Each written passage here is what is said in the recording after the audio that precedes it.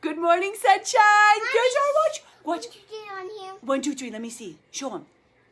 You guys, look. He's got a watch. That means it's time for a Good Morning Sunshine. We're going to be talking about calming the F down today and how sometimes when you relax and let it flow, everything goes so much better, you guys. So as you jump on, say good morning, sunshine. Good morning, beautiful Kim. Say hashtag GMS, one of the two. Let me know something you are grateful for. We start every day off with our gratitudes. I was doing my gratitudes this morning, and there were some funny ones in there I was going to share. But aren't you so happy for baskets? Or carts? Can you imagine going grocery shopping and not having a shopping cart or a basket? Wouldn't that be really challenging? I mean, we should just do it for one day. Have everybody just try to shop. Go ahead and just get your family's groceries for 6 and you don't have a basket. Bring all your friends. So grateful, you guys. You can be grateful, have gratitude in your heart for all of the things. And then good to see you, Miss Jennifer. Thank you for stopping by. And then today's Friday, so we cover our reading and our scribing as part of our savers. So what are you currently doing for your personal development to get your mind right, to clean your mind, remembering that that's not once a month, you guys. That should be something you're regularly doing. Witten loves the bouncy chair. Also grateful for that.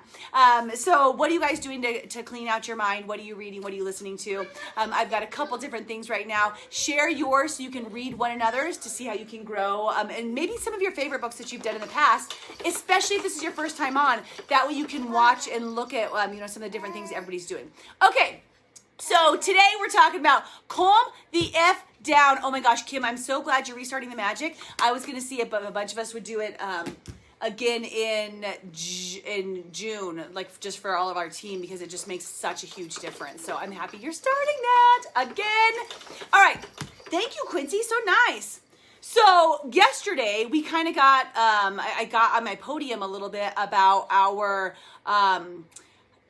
disregard for mental care, for mental preparation, for mental coaching, for therapy, and how even though we take care of we see the need to take care of our bodies, we sometimes see it as taboo to take care of our minds, right?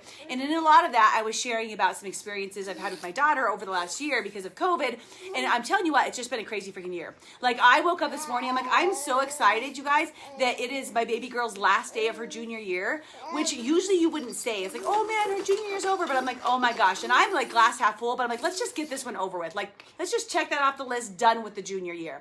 And it was, I shared with you guys how it's been a heck of a rodeo. So, and a bunch of different things now. So continuation from that story, different subject, continuation. I went ham with my makeup, so I look like I have as crazy over there, right? Yeah, that's right, it's Friday. So morning Joni, morning Erin. Sorry, I missed everybody that was jumping on. It's perfect. So over the last year, another thing that's occurred for her, because she used to be a studier, student. What happened? What, dude? What'd you do? What'd you do? Here you go. Here. There. There's a nice one. And school was her jam, right? She loved school. She was in AP classes, AP physics. I actually don't even remember right this second. High math, high physics. She was oh, I'm going to be a physicist. It was all about school. That was her jam. So anywho, don't worry. We multitask here in Good Morning Sunshine. I won't flash you a boob. I don't think. I probably won't. Nah. See? Champion. Okay, anywho, over the course of the year, she started to hate school.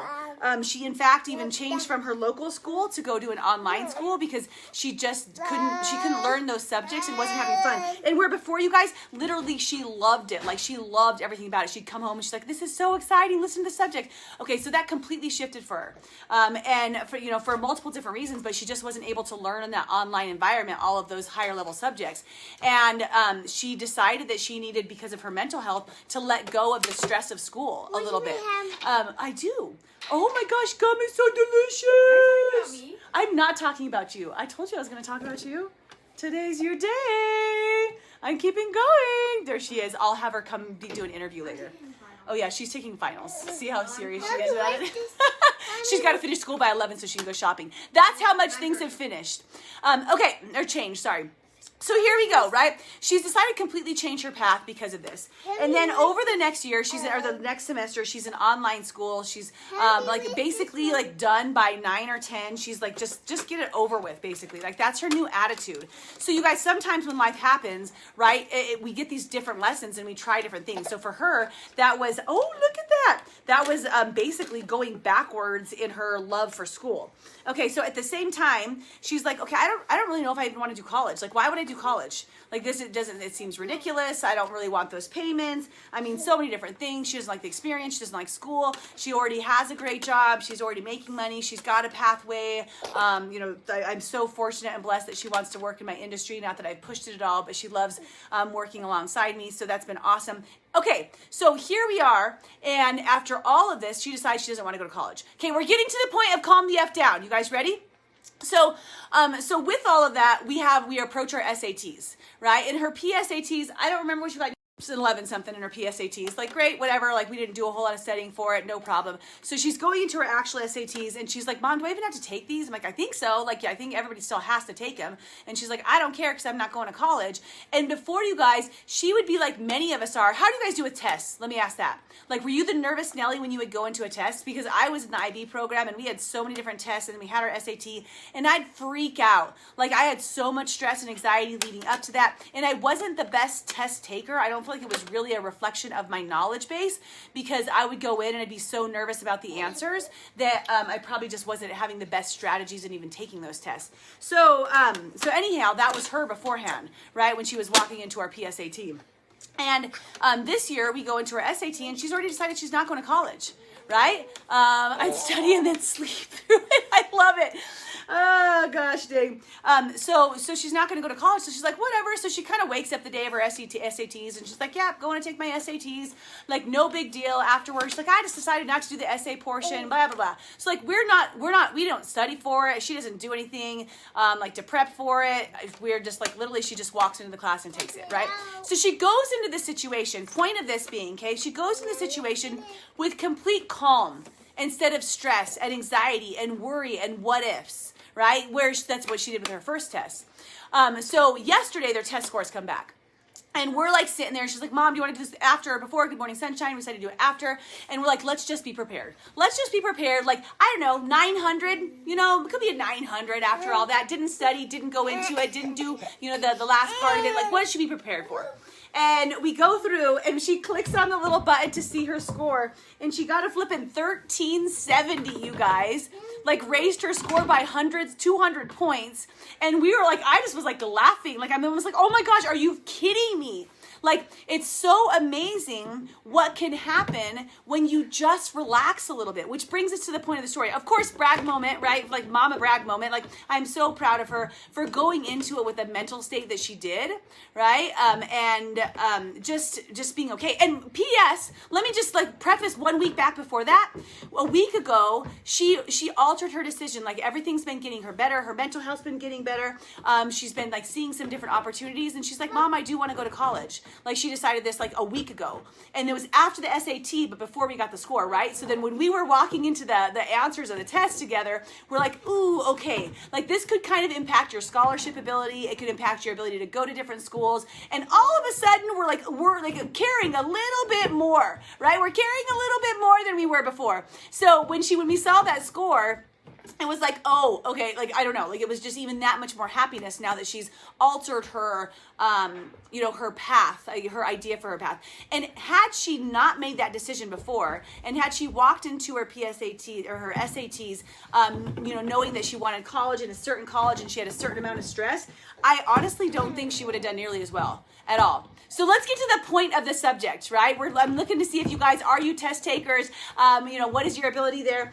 This is not just about tests in life, but think about all of the different areas where you get so worked up, right? You get so like on edge. You get all this anxiety wrapped around a subject that you honestly make it not as good of an experience. Like not as good of an outcome, not as good of an experience, not as good of a result. I mean, it could be, I don't know, babe, but wow, you keep bumping that. Quincy is in charge of the cinematography today. You guys are welcome.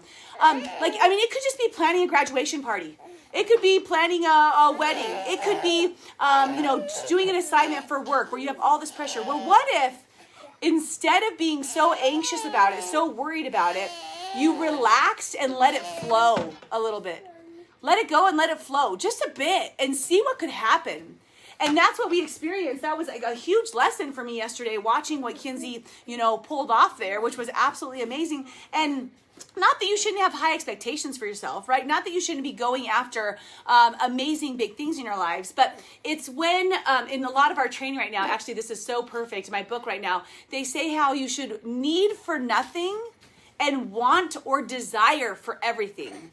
Need for nothing and want or desire for everything, right? It would not have been the end of the world if she got a 900. There are so many other things, right, that are of importance than an SAT score. It's not the end of the world.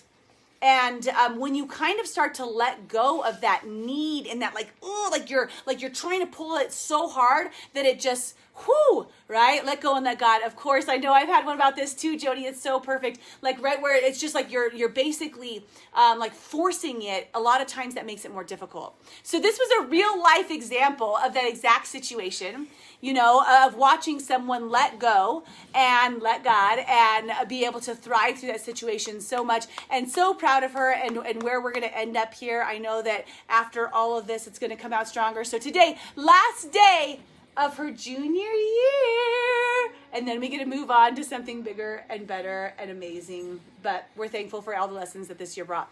You guys, if you're committed for today, then I want you to think about something in your life where you're strangling a little bit.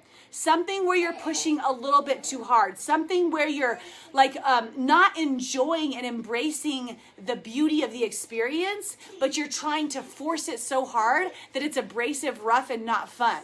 And think about if you could just switch that just a little bit, how that would be for you. And how it could show up in your life different.